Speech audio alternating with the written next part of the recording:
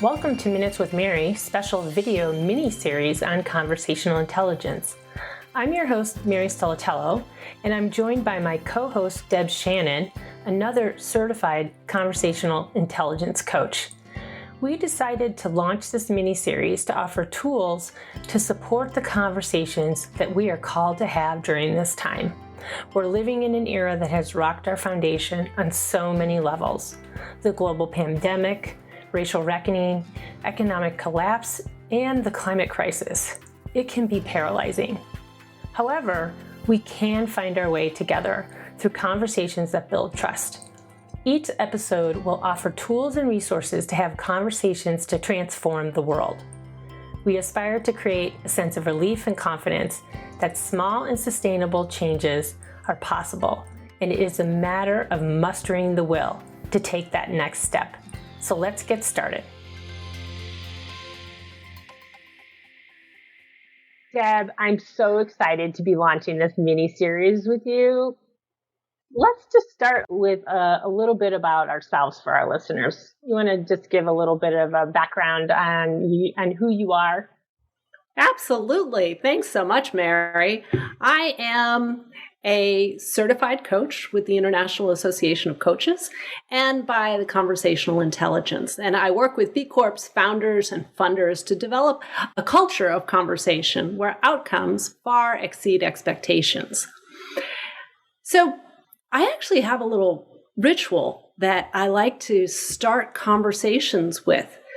Would you be interested in trying out a check-in ritual? Of course. I love check-in rituals. You do? That's just awesome. That's awesome. So let me give our audience a little bit of background on this. Our lives are full in every aspect of home and work and community. And I can hear your voice and I can see you on screen.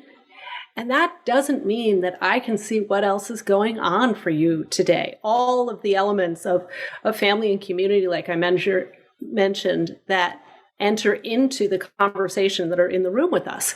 So some of those things can really affect tone and intention, how I receive information. All of that affects the conversation. So the idea behind checking in is really simple. Just by naming some of the other things that are in the room with us and invisible, we actually free up space to be present in the conversation together.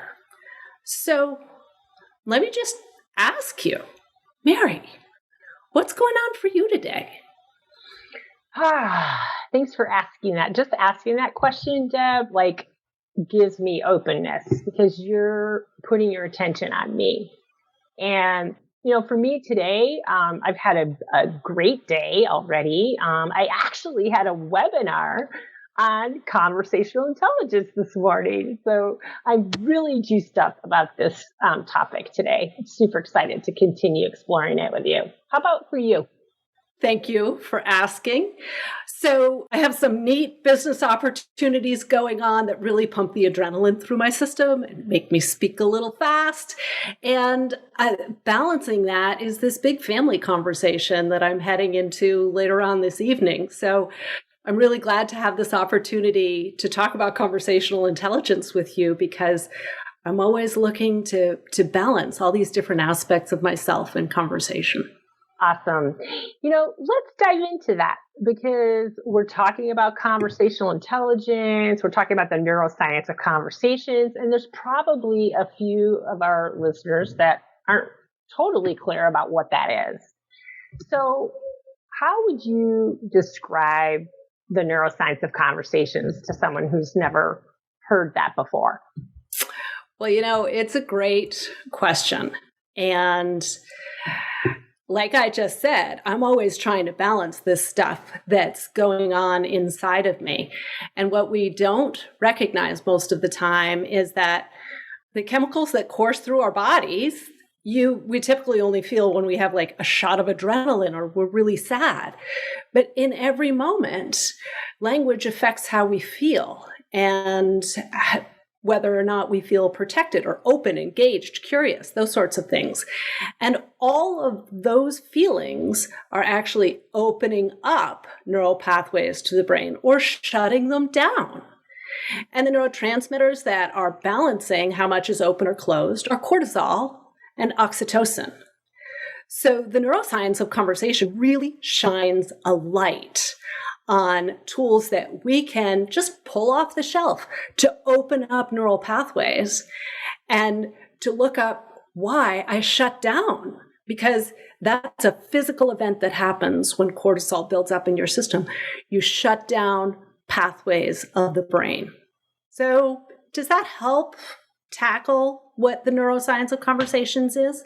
I think that is a great start. That foundational aspect of what's happening in our brains happens before we actually know its impact on our bodies and our words. And I love, one of the foundational statements from Judith Glaser, who you and I both were so fortunate to have the opportunity to learn from, the founder of the Creating We Institute, and so much of this work that we continue to move forward with, that words create worlds. And words either will activate cortisol and move us to protecting ourselves and move us to the primitive brain where we are trying to determine, should I run from this person like a lion, or is this a little cute kitty cat and I want to hold it? And those words fundamentally make us shift in, 0.07 seconds from when our brain identifies with that. We can be within 10 feet of someone and our brain is activating something called the amygdala, or I like to use the framework that we used in conversational intelligence of Amy G. Dalla, kind of giving the amygdala a physical entity. It also helped me spell it. But is Amy D. Dalla here? And what is she doing right now? Is she telling me I better run? I'm afraid. Or is she saying, oh, this is wonderful. And oxytocin starts pumping and it moves me to a place where I can really have trust with this person and engage in a conversation with them. Right. Good old Amy. Is she the boss of me? She's the boss of all of us.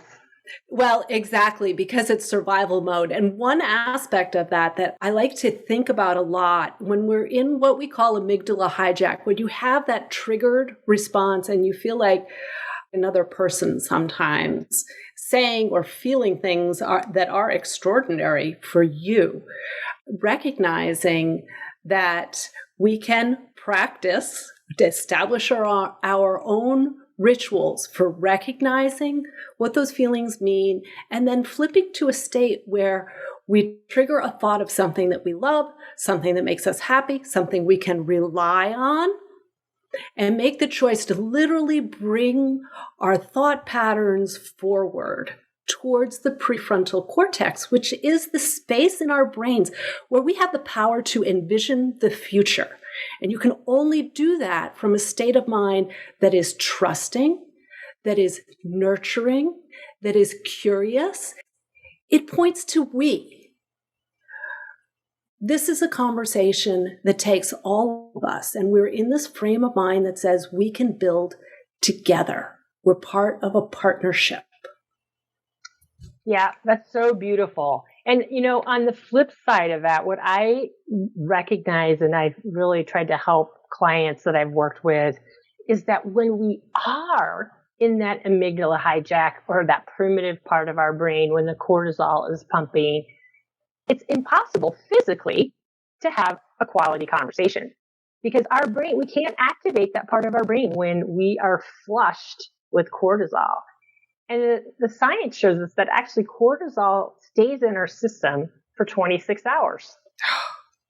So you can't keep pushing on a conversation if you're in that part of your brain. So even recognizing in the moment, whoa, I'm in this place of my primitive brain and I kind of got hijacked, to say, pause. Okay, let's come back to this conversation and commit to coming back to it after you've been able to use some practices to help you downregulate that cortisol. Yeah, exactly. And this takes us back to why we check in with each other. If I had an explosive teenager conversation last night, it literally still lives in my body. So on top of the fact that I have a biological attachment to that person, I am also still feeling the effects of it in my body, whether I name it or not. It's that conversation sticks to me and in me. Well, I wanted to get to this question about, so we've talked about, we have to be aware of the cortisol levels in our brain and the amygdala hijack. One of the things just on a day-to-day basis that we can train ourselves to take advantage of is being aware of what we tell ourselves all the time. So tell me, Mary, you're a super positive, energetic person. What kind of things do you tell yourself regularly that prime you for the next conversation you're going to have?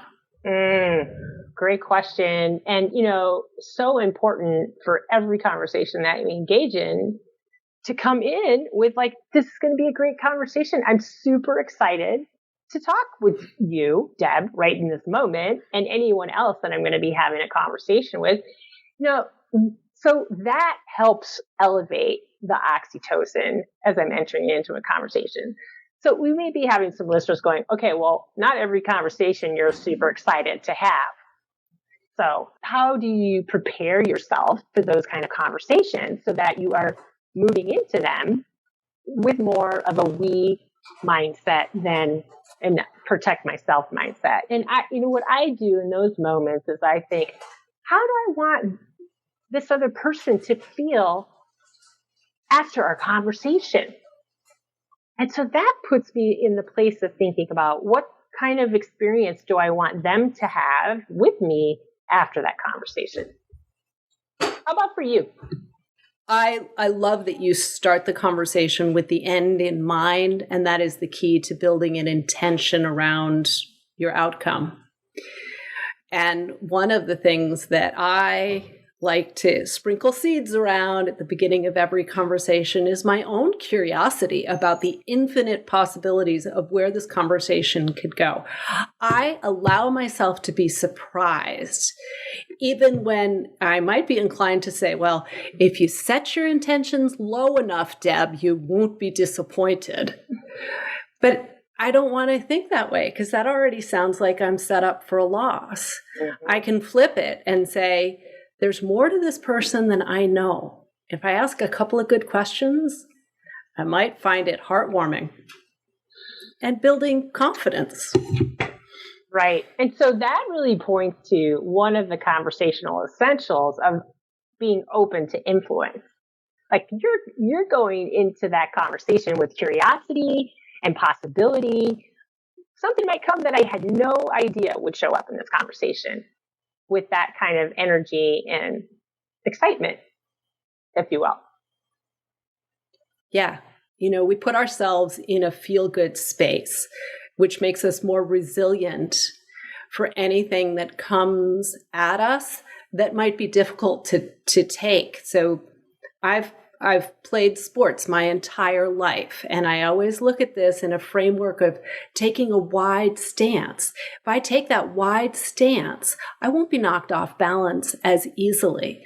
And priming myself for a positive, potential rich conversation is a way of just stabilizing. I'm going to create a stable position for myself, and in doing that, create a container for a safe conversation for all of us.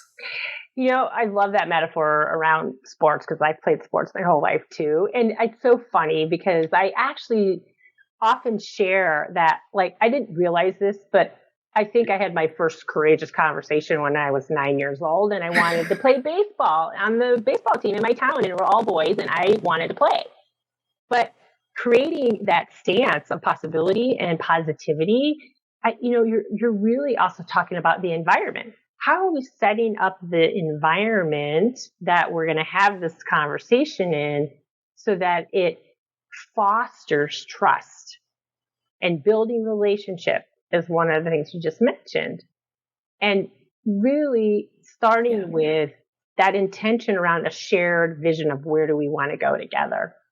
So you just named a couple of things, and I just like to, it's a drilling exercise, run that home again, is priming for trust, setting that framework. So let's actually just talk about some of the tools that we can use to do that really quickly. So something that I like to work on with groups in particular is to set up something called rules of engagement, where everybody who's in the conversation names,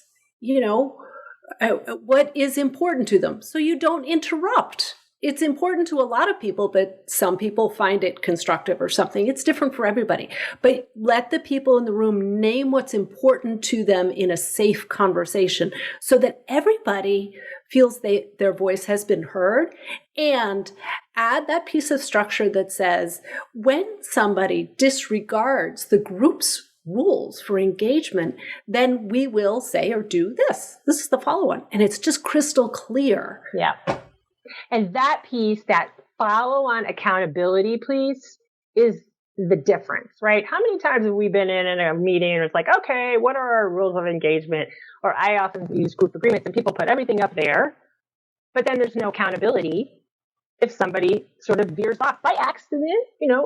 People are trying to be intentional, but that accountability piece helps sync up that group to these commitments to each other for a positive experience together in that moment. And that is so important. And it really does shift.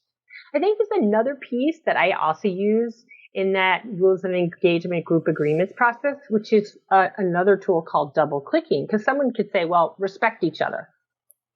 Okay, well, what does respect mean to you? Because that's going to be very different than to me. So double clicking is really drilling down on that particular word. Again, remember, words create worlds. What's it mean for you? So that we can really paint that out and create a shared meaning collectively for everybody in the group. Yeah. And even if we don't quite get to having a shared meaning, I mean, you do have to. That's not really that hard to do. What I found super powerful is when people in the room name their different definitions of respect. So I've also done this with trust. And the spectrum is eye-opening to everybody in the group. So trust, I had one group, 12 people. Trust to one person meant 24/7, you have my back and I can call you. Trust to another person at the table just only meant if you say you're going to deliver this to me, then it happens that day, that time, on time. And it's a very different set of perceptions. And that exercise is so eye-opening and really showing where there are reality gaps, because the reality gaps are where we start to have difficult conversations. And that's where you're closing that gap. So I'd love of course, we're going to continue these conversations over many episodes to come. And I really would love for us to kind of wrap for today on, here's some takeaways for you as the listeners.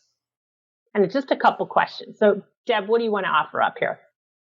Well, recognize that in the moment, you have a choice about the success of your conversation, that you actually have the power to balance the cortisol and oxytocin in your brain.